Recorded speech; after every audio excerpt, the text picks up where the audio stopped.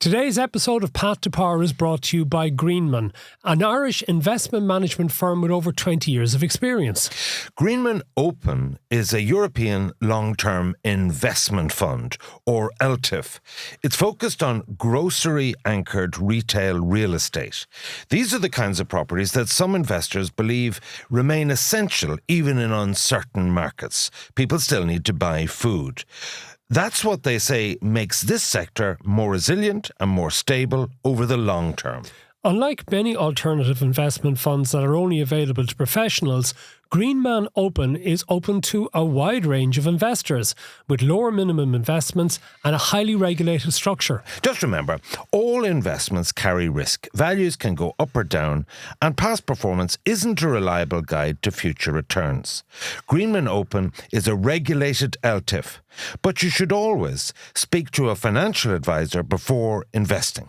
Learn more on the website greenmanopen.com. Hello and welcome to Path to Power, the main edition. My name is Matt Cooper.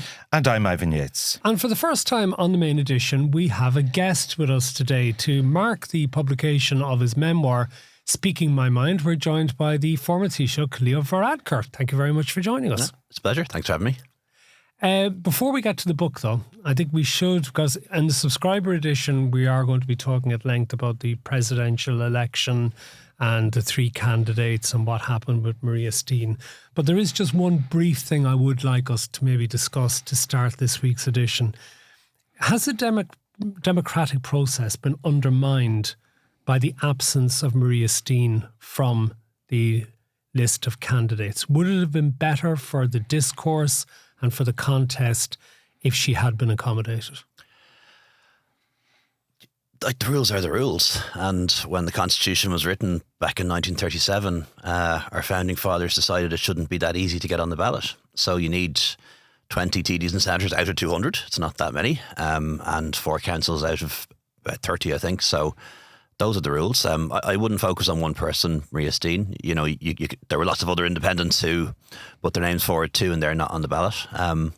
But those are the rules. And if you were to change the rules, I think you'd want to think about it in the round. It shouldn't be just about one person not getting on the ballot paper and whatever one's personal views might be about her. You know, she turned up looking for a nomination in July or August for an election that's happening in November. If you want to get on the ballot paper, you probably should be thinking about it a year in advance, I think. Well, what about the people who are arguing now, though, that it's an establishment stitch-up, particularly because your successor as leader of Fine Gael, Simon Harris, effectively put the block on Fine Gael councillors in the various councils from endorsing independent candidates?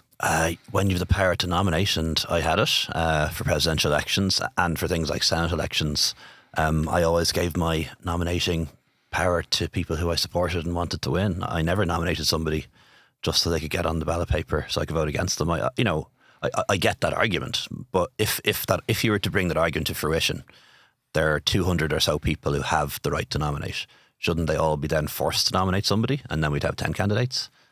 I don't think so. You know, I think you give your nominating power to somebody who you want to win. That's the party line, and I understand both sides of it. One is a facilitation thing, and the other is, look, this is competition. We're going to support our own. Do you think, as a former Fine Gael leader, that for the first time in the history of state, Heather will win for Fine Gael? I hope so. Look, I'm totally biased. Heather's a friend of mine, and we were in the cabinet together for 10 years, and she was extremely loyal to me as minister and worked very hard in a number of briefs. So I hope she wins. Will you be campaigning for her? I will, of course, yeah. Okay. Yeah. Now I'll be in America for a lot of it. But I'm trying to organise. Will you be back to vote? I've organised my flight. I'm going to fly in on the Friday morning of the bank holiday, so I'll be home for Heather. It could be cutting a fine. Anything goes wrong, you might suddenly discover ex-Fine Gael Taoiseach doesn't return home in time to vote. The flight leaves Boston on the Thursday night and it comes in about 8 a.m. on the Friday morning, so that gives me plenty of leeway. Were you surprised, though, that she decided to actually go for it? Because our understanding was she was retired. She had decided enough of politics. She was going back to the farm in Monaghan, and now suddenly she's going for this position in Dublin again. Yeah, look, I can't speak for her. She can speak for herself, but I think there was kind of an understanding of Fine Gael that Mairead McGuinness was going to be the candidate, and a lot of people who might have considered it were willing to step aside for a candidate of that quality. And Politics is never predictable, and events occur, and an event occurred, and unfortunately Mairead wasn't able to run because of illness. And within days, Heather had decided she wanted to do it. So maybe there was an underlying desire there, but look, I can't speak for her. All right, look, we're going to be discussing that in a lot more detail in the subscription edition.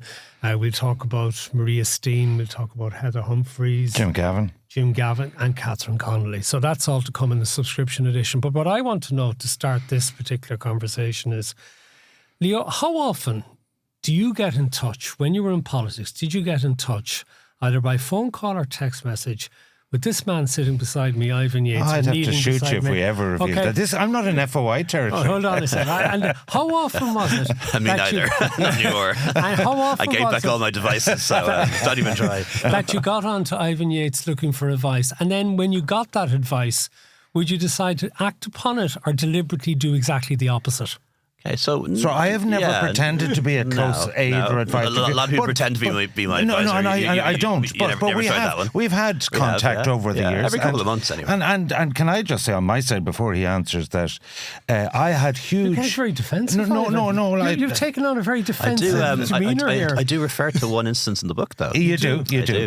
But and there were others that I remember clearly when my mother died on different occasions that we spoke, and so on, and. So I just want to preamble, because I've read the book and I've listened to a lot of your interviews, that in 2015, when Enda was starting to run out of steam and the succession was on, I'm not involved in politics, but I take an interest, and I was full-time in the media. And I was a particular fan of you in terms of, I thought you'd make a great leader and Taoiseach. I had great expectations. I thought your intellect was a multiple of Enda's. I think I know where this is going. Exactly. You're right.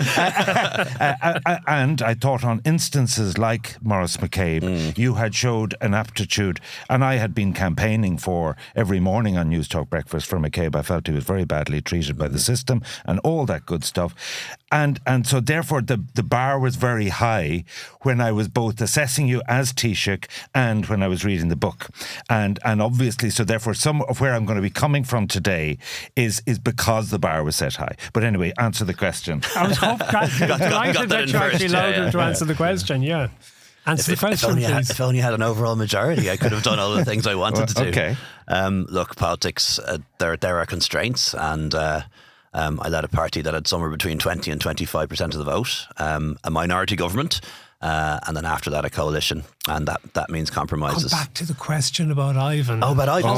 Sorry. How often would you? Why would you? Not every week, certainly every couple of months. Yeah. Okay. And Ivan would have got on to me at times. And what sort of things would you discuss? And I would have interviewed you as well.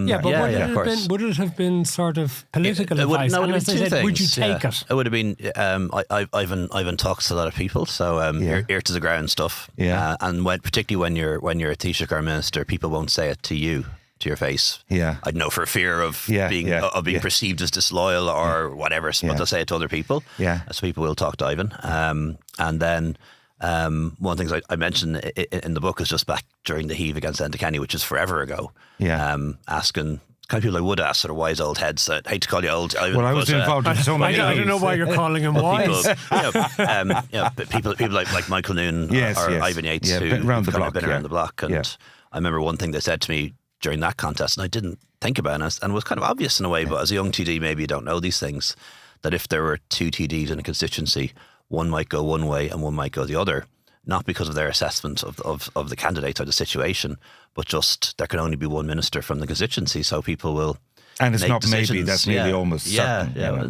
Now, in some places I managed to get both the two TDs, but that was perhaps based on the fact they both thought I was going to win anyway. So, and also, I'm a great believer when it comes to leadership contests, and this was also the case with Simon Harris, that to get out in front is the key thing. You know, you want to break the minute it's actually called to be 10 lengths clear, which you did. It's a sprint rather than a marathon. Exactly, yeah. But sorry, Ivan there just a minute ago said about in his interactions with you that he was now sort of on the periphery of politics and in the media. And I'm fascinated because he spent this entire podcast denying to me that he is a journalist. So no, I'm not a journalist. How would you have regarded him? I'm an entrepreneur. That's what I am. You've been a broadcaster and podcaster full time for how many years now at this stage? No. The situation is that my USP is that I don't, feed to the fire, accountability, truth, transparency. That's not my thing. My thing is my opinion, my experience in business and politics, and I bring that to it. Yeah, okay. Leo, what do you think of Ivan? Is he a journalist? Jack of all trades, master of none. Exactly. Whoever master of none. Do you hear that? Whoever pay the invoice at the end of the month is the answer to that question. So can I come with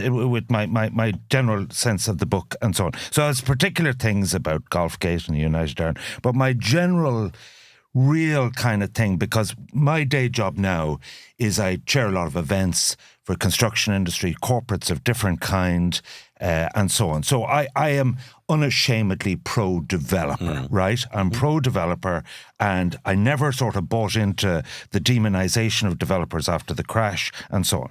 And so what I'm looking at is a decade, 2014 to 2024, where you were at the top or close to the top and in a position. And I take your point that you didn't have an overall majority. But when I look at some specific things that are now really problematic, like 15 billion of investment in data centres that's leaving the country because there's no cloud infrastructure here, because there's no electricity. In 2014, EirGrid published a report on the transmission system. GridLink, GridWest, North-South Interconnector. Not 1 metre of that has been built in a decade. And people like Regina was leading the charge against pylons in her constituency. And I could go through Irish Water's agenda and so on. And this is all culminating in the housing crisis. And I put it to you that your particular legacy and Fine Gael's legacy over that decade of being in government, of the largest party in government, with the Greens and so on, is actually a kind of deep malaise that's got in the system. They were gone down to 44th out of 69 in competitiveness on these scorecards. We cannot deliver anything. Even today, the e-tenders are doing badly. And that there are a lot of the things that you did, like working from home, that really we've moved from a country that you could get things done after the crash. And your kind of legacy is the housing crisis. Well, I don't think so. You won't be surprised to hear that. Like, I hope our legacy, whenever Fine Gael's term of government ends, and it's not over yet, is austerity to prosperity, a massive deficit and crippling national debt to public finances that are in surplus, unemployment to full employment. Yes, we still have emigration, but a very different type of emigration than we had back when we took office. Major social change and major social reforms, from a woman's right to choose to pensions for everyone starting in a few weeks' time. So I hope that'll be our legacy, and also Ireland's enhanced reputation in the world in particular, but also in Europe. On infrastructure, we didn't deliver what we sought to achieve. I accept that. So, the plan I launched back in 2018, you might remember Project Ireland 2040, was hugely ambitious. And I think around then, the amount of money we were putting into public infrastructure was around 4 or 5 billion a year. It's now 15 billion a year, so trebled it in about a 10-year period. And maybe we should have ramped that up quicker. If I could go back, I would have. But even still, you can only scale things up so quickly. And there are loads of constraints in building things. It's not just about the planning system and the courts, although that's important. You need to have a pipeline. You need to have workers. You need to have people who know what they're doing. And I often use the roads programme as a great example. We actually have good roads now between our cities in Ireland. You can drive from Belfast to Cork without going through a single traffic light. That wasn't the case when I was Transport Minister. We got good at building roads, but it took a long time. We don't really know as a country or have the experience to do things like build lots of new hospitals, like build metro networks. And you have to build up that capacity. You can't just hire them all in from New Zealand or Dubai or wherever. And we have to build up that capacity. We did build certain things. I mean, as you mentioned, the motorway network, we did build. But initially, every single major roads project was delayed and over budget. It was only doing it and ramping up the investment and building a pipeline that we actually got good at it. Okay, we've done things like the Port Tunnel. Now, the Port Tunnel did go over budget, but God knows where we'd be if we didn't actually go ahead and build that Port Tunnel. The Lewis went over budget. Not the Lewis Cross City, which I was responsible for as Transport Minister. And you actually got tough with objectors in the book. It refers to that. Yeah, but it's that point. I mean, and you do express regret that you didn't continue expanding on the Lewis. And you've been doing that every year. But see, this is what I want to ask you about the governments. And that there's also you a risk served in. of trying to do everything at the same time, and But that's one of the things sometimes that you we're have doing. to do an awful lot of things at the same time. And I just wondered, was the government that little bit too conservative in its approach after you got into power in 2011, and you're there the whole way through, in that it was all about, yes, I understand fully that the public finances were absolutely bunched. You were working until 2014 under the auspices of the Troika, which very much restricted what you could do. But even after that there was too much conservatism in how you went about doing things. It was all about restoring people to their previous wealth. They're bringing things back Which to is where they had not been. unreasonable to restore people's living standards. No, but you didn't take the opportunity to do things differently for the future. You didn't take the opportunity to invest and revitalise. There was a major period there in which there wasn't much infrastructural investment made. And then when it was required, and all the things particularly that Ivan has mentioned in relation to the electricity networks, in relation to water, basic stuff that had to be done, that lack of, well, I wouldn't say entrepreneurial spirit, but lack of dynamism to do things. That's what we're suffering from now. If I think the first government that I was a member of, the one that led by Enda Kenny, was all about restoring our sovereignty, our public finances, and beginning the process of restoring people's incomes. And I think that's a good thing, by the way. When I got in 2017, within a year, we made a priority of ramping up infrastructure.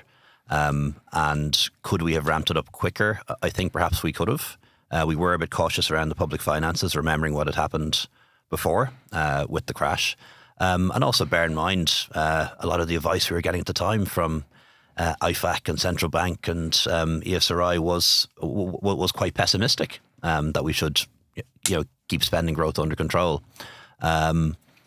I do wonder, though, how much faster we could have wrapped it up. And what you find sometimes, particularly when it comes to public capital infrastructure investment, if you ramp it up very quickly, all you create is inflation. All you end up doing is making it more expensive to build a new school. You don't actually get more of them. There was a realisation, even before the 2016 election, when Michael Noonan was still Minister for Finance, that investment in housing was required, that the population was rebounding quicker than we expected. And you were realising as well, I think the IDA was doing a phenomenal job in bringing in foreign investment, which was also bringing in new workers from outside the country. Notwithstanding that, the population projections were wrong. Yeah. And that was a huge mistake in 2016 census because some of the NPF at the time was based on wrong figures. Can I just say... There's a great archive you can go to, and I think the CSO predicted that our population would hit 5 million by 2030 or something. We're already well above that. So the population projections were underestimates. Can I put it to you that which we take responsibility for? You make the point about full employment. You make the point about the fiscal situation being transformed. Let's be a little bit honest about this. This is down to one factor, and that is FDI. The FDI in pharma and tech that came here because of the change of global tax policies meant we were in the right place. So some credit is due to successive governments. You could even go back to Lemass and give some credit. Disagree. No, I disagree with that assessment. FDI is really important. 2.8 million people that work in Ireland, more than ever before. About 0.3 of that 2.8 work in 300,000 work in FDI. But there's nearly a 1-for-1 of people who are servicing that. Yeah, but, even at that, you're talking about FDI contributing to about 20% of our tax receipts and 20% of our employment, and actually probably a bit less than that. Over that decade I speak about, 14 to 24, corporation tax went from 4 billion to nearly 30 billion last year. That's why France and Britain are having austerity budgets and we're not. It's down to that singular factor. And you were in the right place at the right time for really. that. If half that disappeared tomorrow, which won't happen, we'd be running a deficit. But it'd be a deficit of 2 or 3% of GDP. It wouldn't be the kind of deficits that you're seeing in France or Britain or the US. But do you now accept that right now, facing into 2030, the country is not prepared in terms of its infrastructure, in terms of its housing, to meet society's needs? Yes, I do. And who's to blame for that? You were there for a decade. We also don't know what's going to happen in the next couple of years. If we had another downturn and we had outward migration, if a lot of the new people who've come to live in Ireland went elsewhere, went home, you'd actually see the population fall again. Is that what's going to solve our housing crisis? No, what's going to solve? We need a recession. What's going to solve our housing crisis is adequate supply. We have 5.6 million people in the country. I always say it's more of a mathematical problem than an ideological problem.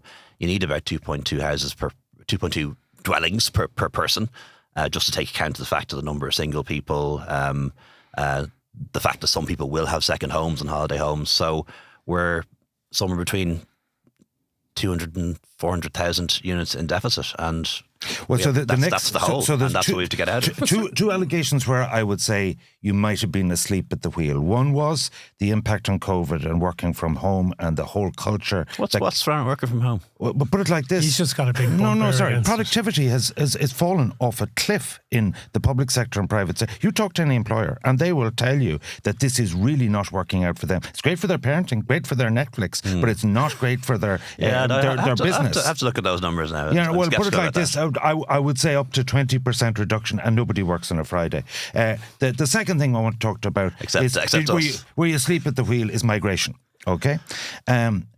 In your book, you actually say it was envisaged 20 or 30,000 Ukrainians would come. You could nearly add 100 to that. Yeah. Well, we didn't know. But I was speaking to someone in the Department of Housing the other day, and they said, actually, the homelessness figure of 16,000, it would be down at 12, but for the people who are coming out of direct provision, who are coming on to the emergency housing services. I put it to you that you were a bit laissez-faire in terms of the quantum of migrants, which has led to huge problems and exacerbated the housing crisis. No, I disagree with that. Like, there's different types of migration, and migration in the round has been really good for Ireland. Legal migration is perfect. And the amount of illegal migration is actually relatively small relative to the amount of legal migration. So when it comes to taking in people from Ukraine, the numbers were huge. I don't regret that decision for a second. I'm very aware of our history, like, for example, during the Second World War, where we didn't take in very many refugees, turned some away.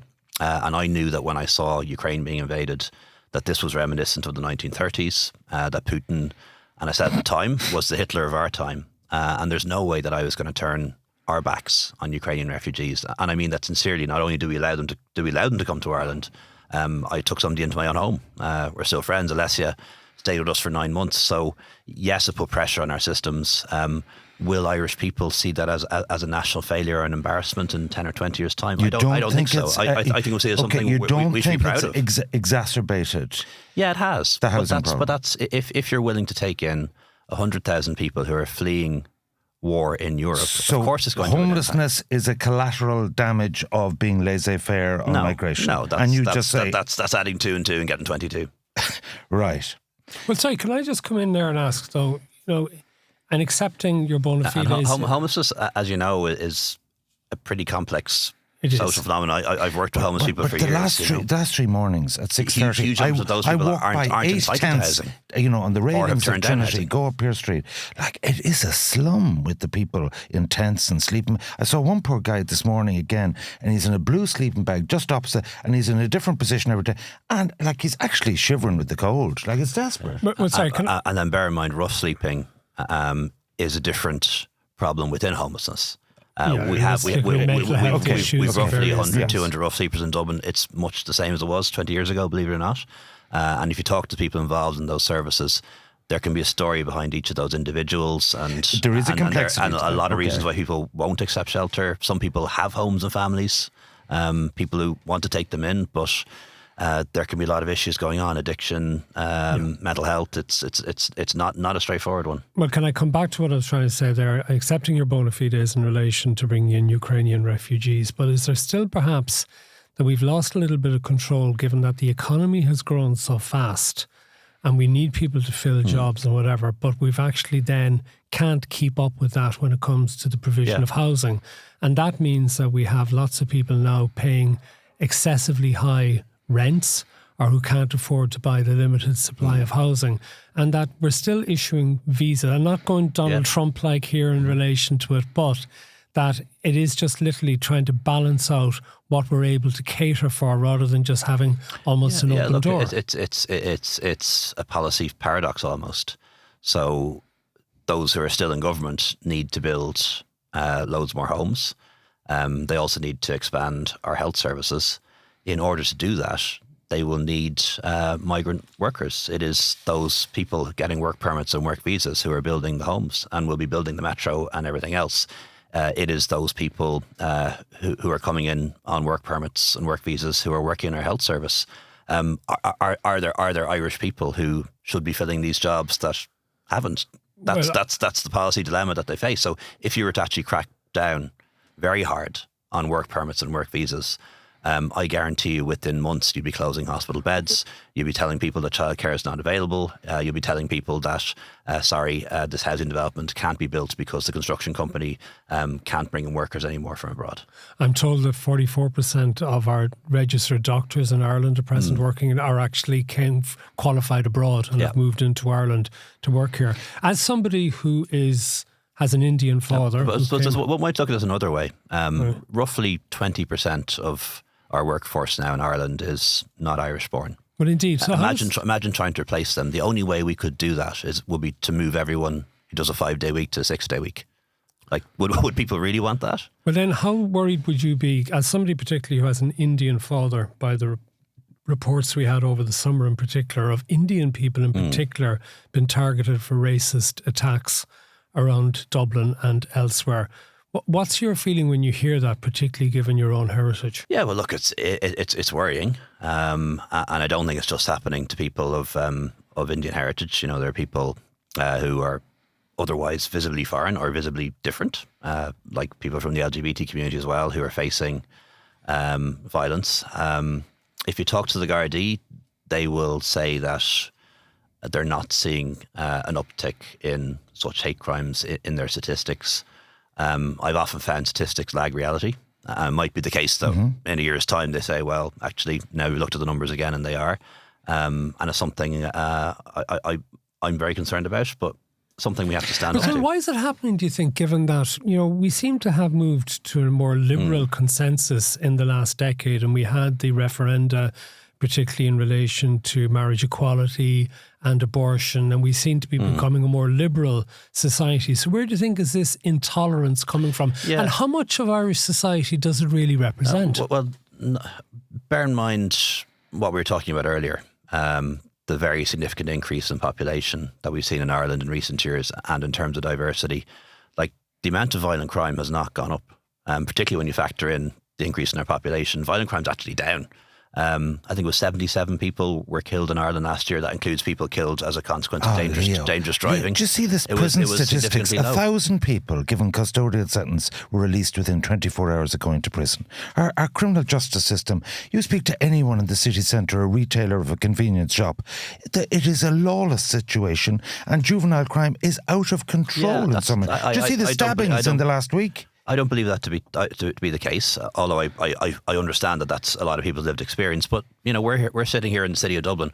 When was the last time somebody in this city was killed by a gun? Somebody died as a result of a gunshot wound. Well, it's usually gangland. When that last happened? Well, you tell me. Well, there you go. No. It is that long ago. I think it's almost a year ago. Can I just pivot back to something that because you can make the point, you know, as Taoiseach, there's a big systemic system with government and it's hard to change things. But I'll give you one example where I thought you didn't show leadership. It's a very specific thing to do with Fine Gael. Because as you know, in South County Council area in Dublin, the majority are Fine Gael. They do extremely well in the elections. So there's this project to build 550 apartments for students, dedicated in Clonskeagh, right beside UCD. And what happened? The neighbours objected to it, devalue their houses or whatever objection they had, and a cabal of the Fine Gael councillors decided to de-zone the land to prevent the development going ahead. Like, surely a good leader would say, hold on a minute, I'm trying to run a country here, we have to put the priorities of student accommodation, we're about 30 spaces short. Awful stories of students in third level being abused, whereas you can go to Lisbon and you can get monthly accommodation for €400. Like this is a systems failure. Something like that. Did you ever kind of feel it's my job, and people could maybe give out to you about it or disagree with you and say that you're naive and you'd lose the party votes, but that's what real leadership is about. I don't remember the details of that particular one, but the general approach that I took in terms of advising and instructing our councillors was to be pro-development, was to be pro-housing, was to zone more land for development. What I never did in any county was get involved in any particular instance. One, because it was impossible for me to be totally across the details of individual developments. And secondly, I do have enough respect for elected councillors to allow them to make decisions in their own areas. Yeah, but like I was a councillor as well, and I was a local TD for a long time. And you objected to certain things in your own constituency at a time when things needed to be built around Connolly Hospital, for example. So to give you an example, the last time, I think it's 7 years or 8 years since I last objected to a housing development. And the reason why I did, and it was on the Old Navan Road, people might know the old Scots Bar and restaurants that used to be there on the Old Navan Road. I objected to a development there, and it was refused. So not every single development is actually a good idea. Not every single one should be passed. Like, for all the problems you might solve, just allowing anyone to build anything they want anywhere is hardly the solution either. So there will be occasions when local TDs and councillors will oppose developments. But my instruction to them and my advice to them would have been, as a general policy position, they should zone more land, support development and back housing. But yeah, there might be an exception once a year. We need to take a break. We will come back with loads more with former Taoiseach Leo Varadkar, who has written his memoir, Speaking My Mind, after this. This episode of Path to Power is brought to you by Greenman, an Irish investment management firm. Greenman Open focuses on investing in grocery-anchored retail real estate, designed to generate stable, long-term income. This fund is managed in Ireland. Learn more on the website greenmanopen.com. Now, before making any investment, it's important to understand the risks. Investments could go up or down, and past performance is not a reliable guide to future results. Greenman Open is a regulated LTIF, but like all investments, it carries risks. You should always seek advice from a financial professional before investing. Welcome back to Path to Power. The former Taoiseach Leo Varadkar remains with us. I want to talk about a friend of Ivan's, okay? Who possibly... Ivan has friends. He does. Real ones. He does. Tell me more. And it's a friend of Ivan's who you mention in the book on a number of occasions, but not always in the most positive light. It starts early in the book when you tell of a story about Phil Hogan, of course, is who we're talking about, allegedly making an overture to Gerry Adams and Sinn Féin about Sinn Féin's support for a Fine Gael minority government. And the line in it is, I don't know if it's true, although I suspect it probably is, I certainly wouldn't put it past Phil. He's the sort to explore all options, even dubious ones. What do you make of that, Ivan, before we ask Leo to explain that Well, first of all... And there's a few more about Phil in the book too. Exploring all options could be considered to be a compliment. Yeah, exactly. Even dubious ones. I know, and look... I thought that was far from if only to rule them out. No, I was reading between the lines. Actually, he won't regard some of the other stuff in the book as a compliment. So look, the big rock on the road, I think, between you and Phil was Golfgate. Yeah. And there's only one point, and people actually text me who were on the particular side, and this would be everyone from Seamus Wolfe to Phil Hogan to Derek Calleary and so on, that in your book, this is a specific issue to do with the book. So you can't change what's happened about Golfgate, and there are two sides to that story. But there was a court case in Galway District Court, and Mary Fahey threw out the case. So these guys actually didn't break the law. You omitted that from the book. Why? I think certainly in relation to Phil Hogan, I specifically say in the book that he didn't break the law. So I don't think that's correct. No, but you didn't make any reference to the court case. And look what I could have done and I didn't do. No, I was asked to raise that with you. Okay, what I could have done I didn't do, and maybe I can for the second edition of the paperback, is to add in a footnote which would say that several years later the district court heard a case about whether the hoteliers had broken the law. And threw that out. But there's a difference between trial by media and trial by actual court. But this is where there would be a fundamental difference. There are people who believe that because no law, no government regulation was broken, that they didn't do anything wrong. That's not the way it was at the time, from my perspective and that of the government anyway. What had happened is the government had issued advice, had issued rules that people had been following for months, some of which never had a statutory basis. Bear in mind, in the first a few months of the lockdown, we didn't have any laws at all. It was just advice from the government, advice from the CMO. That advice was clear. It was on TV that there to be no more gatherings of six, and that advice was breached. What they would zero in is on, did I break a particular law or regulation? that wasn't the public opinion and reaction at the time. But that was maybe, it was a hysterical reaction, which you pandered to. And I do appreciate that one thing that people will say is the headline in the Examiner said regulation, and regulation means statutory instrument. That's not the way the public were thinking. They don't know the difference between regulation, statutory instruments, laws. The government had rules, and those rules were broken. Statutory instruments doesn't fit in a newspaper. The government had rules, and those rules were broken. History is always written by the winners. My take on COVID, because I actually left full-time media. But you want to know what our concern at the time was? I'm coming back to it in a different way. The concern that we had at the time, and there was concern that I had, that the Taoiseach at the time, Micheál Martin, would have had, is that if there wasn't a robust response to this, the public would say we're not going to follow the government rules either, and that would have damaged public health. Worse in the sense that it wasn't just that event, that golf thing. He was playing golf in other places, and he was driving around the country, even though you were supposed to, when you come back into the country, quarantine for 2 weeks. And he also, I think you referred to it in the book, Leo, took issue with a Garda who stopped him when he was driving away from the K Club. Well, look, it's all in the book. Yeah, well, what I would say about that is this. History says the government did a great job on COVID, saved lives. I say different. NPHET got antigen testing wrong. They rejected it, said it was snake oil. It was then part of the official statistics by the time it was over. Things like the €9 rule to have a meal, to have a drink was crazy. I couldn't go for a walk more than 2 kilometres.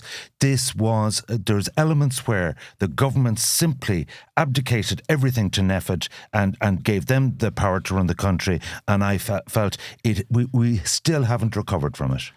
Well, look, in the round as a country, we did very well when it comes to COVID, and there's been all sorts of analyses that will show that our economic response, like the pandemic unemployment payment, like the business supports, allowed our economy to bounce back. I agree with whereas that. Whereas other countries let parts of their economy fail, and they're still suffering from it. On the public health response, on the rules, we got it about 70% right, I think. And I remember Paul Reid, the head of the HSE at the time, saying at the start, there's no manual to deal with this. We're going to get it about 70% right in terms of the decisions we make. And I think we probably did that and a bit better. Well, I'll tell you what part of the 30%. There were people with COVID taken out of hospital, put into nursing homes, and up to 30 people died in those nursing homes by the COVID infection being brought in by someone being discharged from hospital. Like, that's just unforgivable. Well, look, that's the kind of thing that I think the COVID review, whenever it's done, should look into. And the decision, if I remember correctly at the time, and the advice from the CMO and the doctors and others, was it was important to clear the hospitals, so we had space in the hospitals for people coming in who'd be very sick. So that was the flip side of that decision. There are other things that you haven't mentioned, Ivan, that are, such as the length of time the schools were off and what that did for the mental health of teenagers in particular would be something I would be particularly interested in. But also I would have to say to you, Ivan, and not taking Leo's side in relation to this, but it was such extraordinary circumstances. How was any government going to get everything right? We didn't get everything right. And actually, one thing I say in the book, and I was one of a number of people in government, but perhaps the most vocal, who was willing to stand up to NPHET on various occasions during the course of the pandemic. We were very aligned for the first lockdown, the first phase, certainly towards the end. I was publicly and privately willing to question some of the advice that they put forward. Well, you fell out with Tony Holohan, didn't you? We didn't fall out at the end, but we separated for a while, to put it that way, on some of these things. And it was very much my strong view, certainly after we had people vaccinated, between vaccination and natural immunity from people being exposed to COVID, that the final lockdown, that second Christmas semi-lockdown, the Omicron one, should not have happened. And at that time, the government, because we had maybe got it wrong on a previous occasion, having stood up to them, wasn't willing to do that again. I think that's very interesting. I don't think much harm because was done. I think that most people, and I'm talking about younger people's experience, when they actually got COVID themselves, there was no escaping it eventually. It was kind of like a bad flu. I'm generalising now, but actually what happened was, between the vaccines and whatever, there was herd immunity at the end of the day. Yeah, and it did depend on which variant. One thing, Omicron, the one at the end, was Now, people very infectious, there but also are quite people who mild. died who had underlying conditions and so on. And some who didn't. Could I just bring in this? Well, Ivan was given out to me recently. He felt when I spoke to Nicola Sturgeon during a short interview in the last word that I was Well, it far wasn't too an soft interview; on it her. was a flattery exercise. Anyway, and as I said, the full, Never mentioned the husband, never mentioned the irregularities in the SNP finances, but other than that, it was a great interview. It was a short. There's an hour and a half long one coming out on a different podcast quite soon as it happens. But what struck me reading Nicola Sturgeon's book before I got to yours, I don't know, have you had a chance to read it?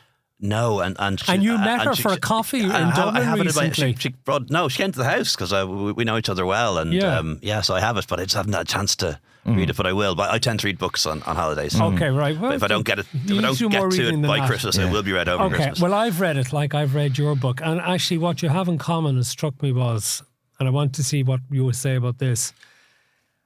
I think COVID seems to have taken an awful lot out of some politicians, that the responsibilities for all the things that Ivan has brought out, the things that you've been talking about, I think possibly sapped the energy out of some leading politicians, others around the world the same, that it was almost too much to actually have to bear. It was like being leader during wartime. Yeah, look, I don't know, and that's one of the reasons why I really feel for somebody like President Zelensky. Like, even if he wanted to walk away, he can't. He has to stay until the war ends. That could be true. I've reflected on that myself a bit. I asked myself not too long ago how many democratically elected leaders who led their country through COVID are still in office, and I struggle to think of one. Well, nearly last year there was 24 elections in big democracies, and other than Ireland, which was an outlier, they nearly all changed government. That is true. Part of that was the cost of living crisis from Ukraine. Can I move on to your departure? It's not all that long ago. So COVID happened in 2020. The best bit how of the many book, prime ministers who were prime minister 5 years ago still are? Okay. Yeah, no, I get that point, and France and so on are in bits.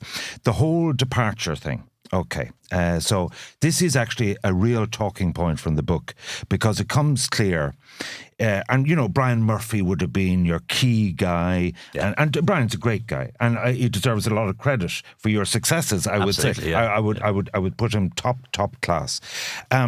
So obviously, from about January on, you were either burnt out, fed up, feeling that you weren't, making the impact you wanted. And that's perfectly actually normal and reasonable. I've no problem with that.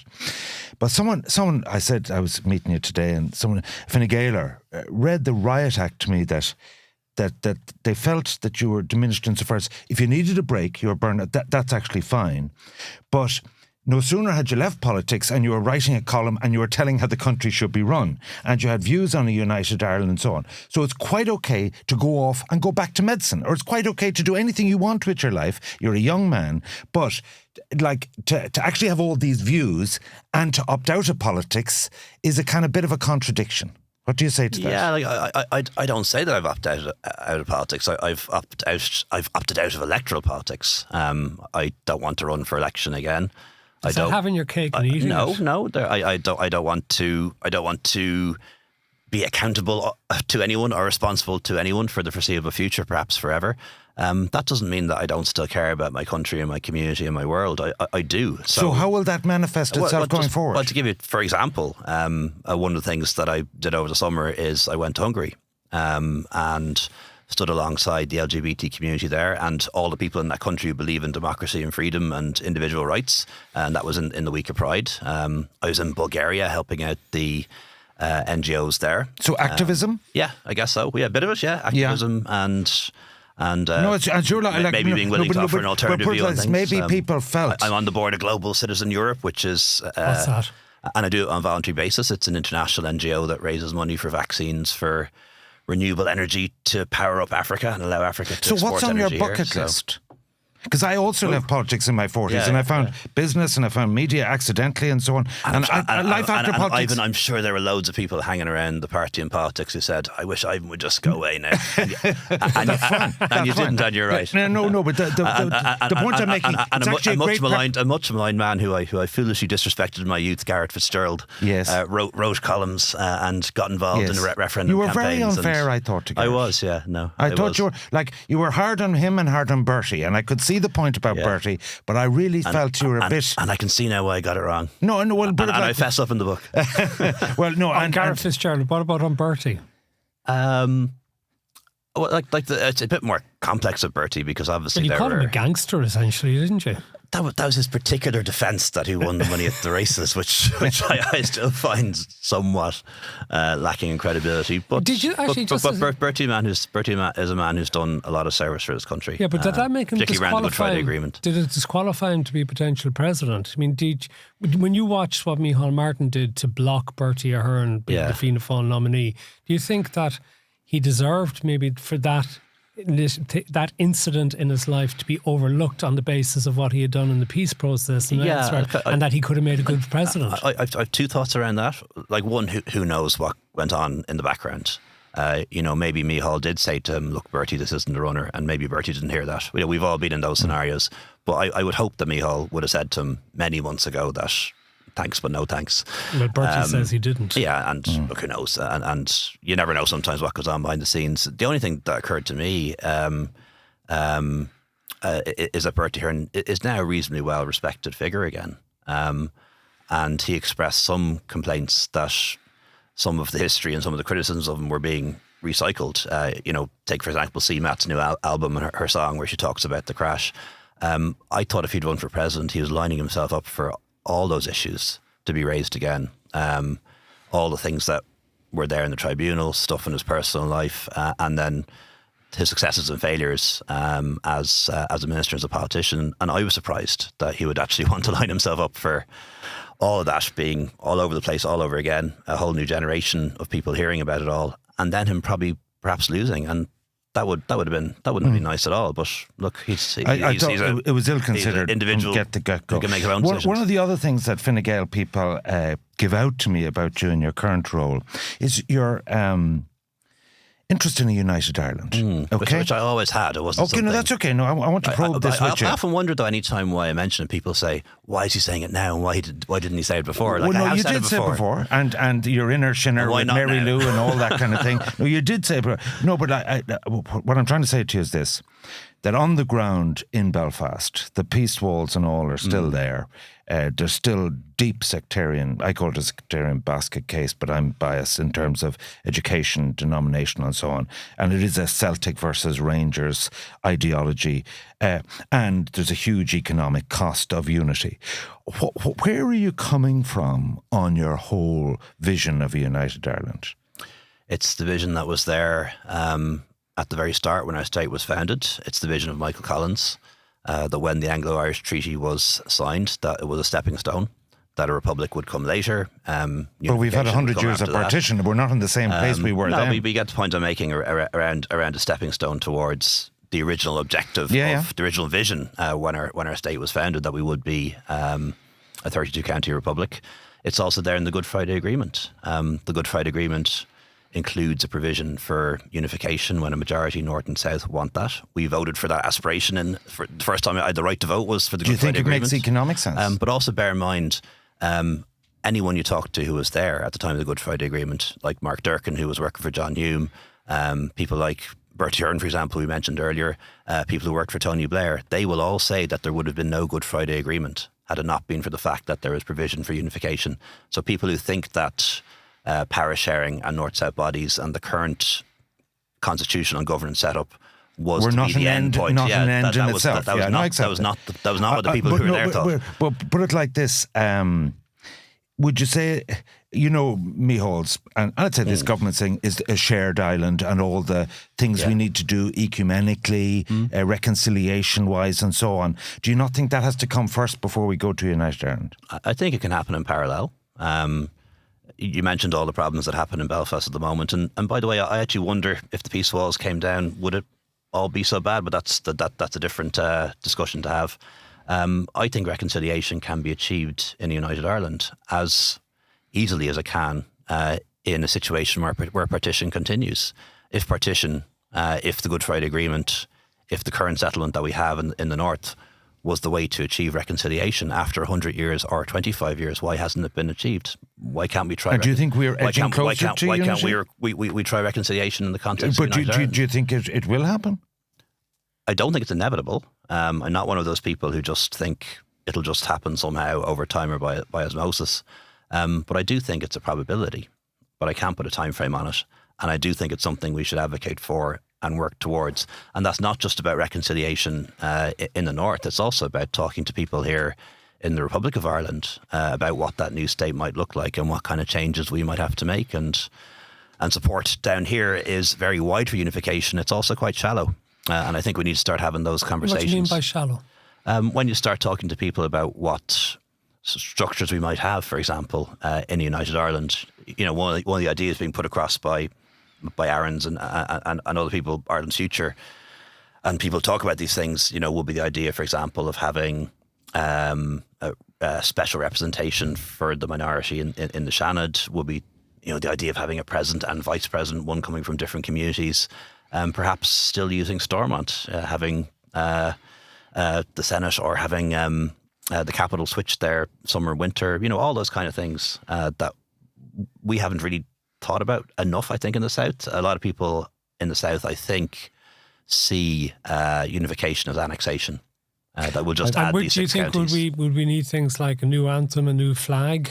Not necessarily. But one of the things they did in South Africa is they combined the two anthems. So you could potentially have Roy Naveen and followed by Danny Boy. There's lots of options, but we could no, not that.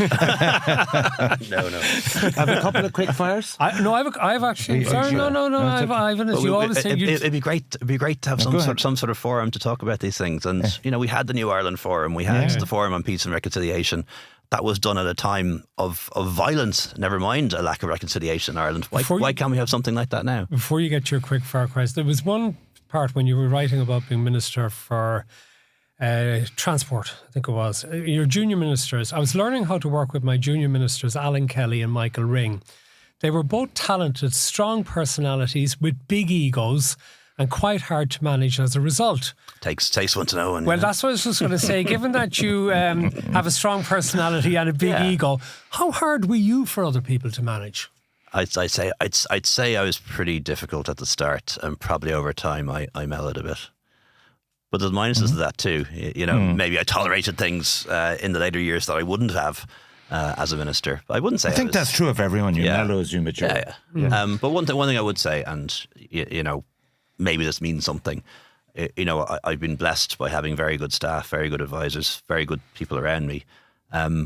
Very few of them left. I do see politicians, ministers, and others who go through staff very quickly. The whole gang mine tend to stick around. The whole gang of five, which were young Fine Gael backbenchers before.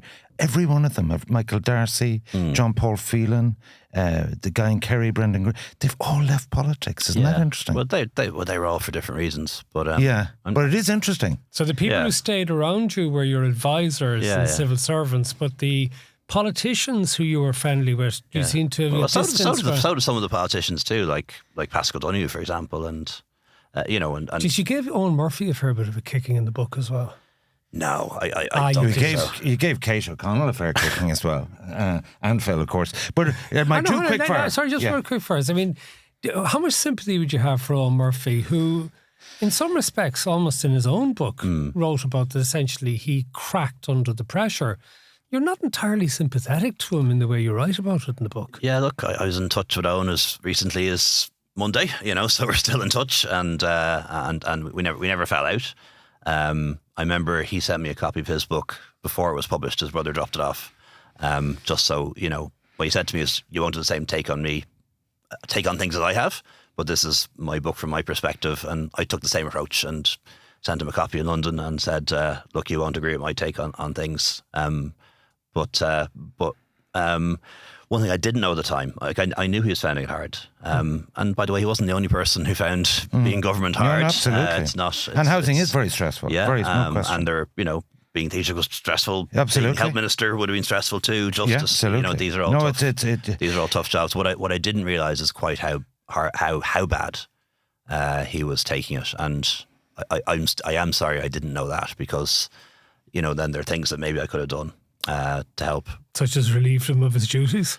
Well, I wouldn't have. That would not have been my starting point. Starting point would have been what additional help and support can we put in put in around you. Too quick for one, outside of Fine Gael, in the last Dáil, who did you admire or respect the most? And secondly, what is your biggest regret? In the last Dáil? Yeah. Your colleagues, contemporary, outside of Fine Gael. Who either did you respect if they were coming after you or admire in terms of working with them? You like Claire Daly in the book? I do like Claire, yeah, but she wasn't in the last Dáil. She got off the European Parliament, and I preferred her as a TD than as an MEP, to put it that way. But she is somebody I respect. Know her from going back to Fingal County Council, and a brave woman who took positions that were unpopular. On issues like abortion, for example, and Garda corruption. So I certainly liked her from a previous Dáil, yeah. And also, you could always have a conversation with her and disagree violently, but never fall out. Which is important because she's the only name. Like Matt brought her name up, but No, is there any other name you'd bring up? From the other side? Do you mean like Fianna Fáil or Sinn Féin or anyone? Yeah, outside of people you had to work with in Fine Gael. Look, I might sound like a trite answer, but the truth is Micheál Martin. Okay, he's somebody who I learned to work with, learned to respect. Backed me up at times when maybe I was wavering a bit. Like I remember during the Garda investigation. He was never anything other than 100% supportive. When perhaps some people in my own party were getting a bit windy, he always thought it would end the way it did, which was without any negative findings. Yeah, so that's interesting as well. The Matthew O'Toole situation, the document that you gave to him, because you'd seem to believe very much that the investigation into you was unnecessarily prolonged, almost as a form of punishment for you bringing up the Maurice McCabe issue. Well, first of all, I shouldn't have done it, so I have to accept responsibility for my actions. It was back channels and things like that happen all the time in politics, but it was inappropriate, and particularly when it was somebody I knew personally. I should have thought twice about it and not done it at all. A split second decision on a very busy day, as I outline in the book. I don't believe the investigation should have happened, and certainly I don't think it should have gone on for as long as it did, over a year. I don't know why that is. I'd love to see the file. They can publish it if they want to. I don't mind. I'd love to see what allegations were made, who they interviewed, why it went on for so long. I would welcome such an explanation. But only in my darker moments did I ever actually get a bit paranoid and wonder whether it was revenge from somebody. But I don't really think that. I think it was probably people not doing their job very efficiently, or perhaps it was the fact that once they started this investigation, they then felt they had to be extremely thorough and interview dozens of people at enormous cost to the Exchequer. And then separate to that, because I do want to draw a distinction, Drew Harris is Garda Commissioner. You celebrate his appointment in the book, but you don't do much of an assessment as to how he actually performed in the job, because there would be a lot of people who would actually, as an assessment, say, now that he's gone, that he had a very disappointing tenure and he did a lot of damage to the morale of An Garda Síochána, and his successor has a big clean-up job to do. Yeah, and I think it's too soon to make that assessment. So, I wish the new Commissioner, Justin Kelly, the very best. He did well in his previous role, so I think it's a very good appointment, and he will have the advantage of being an inside appointment. I think was one of the difficulties Drew had was that he was from the outside. We made a deliberate decision to appoint somebody from outside the Gardaí. We felt that was necessary at the time. But I think it's too soon to assess the performance of Drew Harris as Commissioner. I think he did a lot to reform and modernise the Gardaí. You're correct to say that morale, recruitment, retention have declined.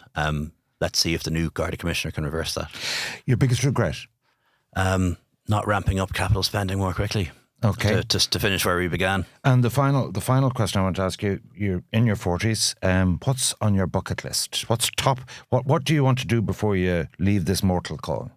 A bit more travel, get to places I haven't been. Do you remember what you told me one time? I don't know if I can say this. You can edit it out if it's not appropriate. I said, Leo, what do you really want to do with yourself? He said, I want to go to a Greek island and chase young fellas. I actually said that. You did say that. You can cut it out. I don't mind. You actually said, because I wouldn't make that up. you were doing maybe 15 years ago. Maybe. I didn't need to go to a Greek island at all. I've a great young fella. We're 10 years together now. About 8 years apart. That's probably a good note from which to finish. Well, thank you very much for coming in and baring your soul and putting up with us. And actually, there is one other thing I just want to ask. We would wish you well in the future. How have you reacted to reviews of the book? I mean, do you read the reviews? Some are behind paywalls, so I couldn't be bothered to pay money to read a review of my book.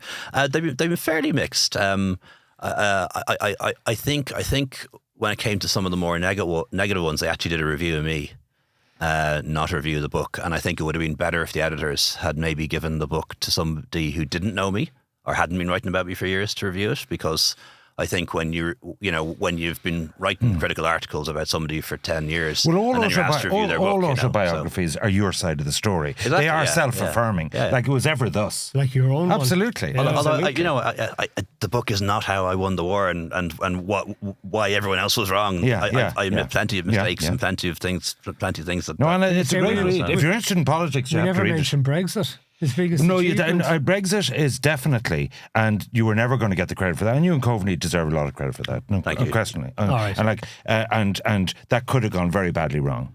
I still want them to come back, but do you think they ever will? Anything's possible in politics, but I think it's so strange now watching British politics that you have a majority of people who say Brexit was a mistake in polls, a majority of people, particularly younger people who want to go back in. There is nobody of any of the major four parties offering that. And the poll out today, Sam Farage is the next PM. He could be, yeah, which is strange. It's very strange. And the promise of Brexit was that there would be less migrants and an economic boom. As a consequence of Brexit, they got more migrants, particularly non-European ones, and economic decline. And now they might reward that man all over again. But I think they won't in the end. 3 or 4 years is a long time in politics, but it shows how funny it all is. Leo Varadkar, thank you very much for being our guest here on this edition of Path to Power. So that's it for today's programme. Don't forget, we have a subscription edition as well.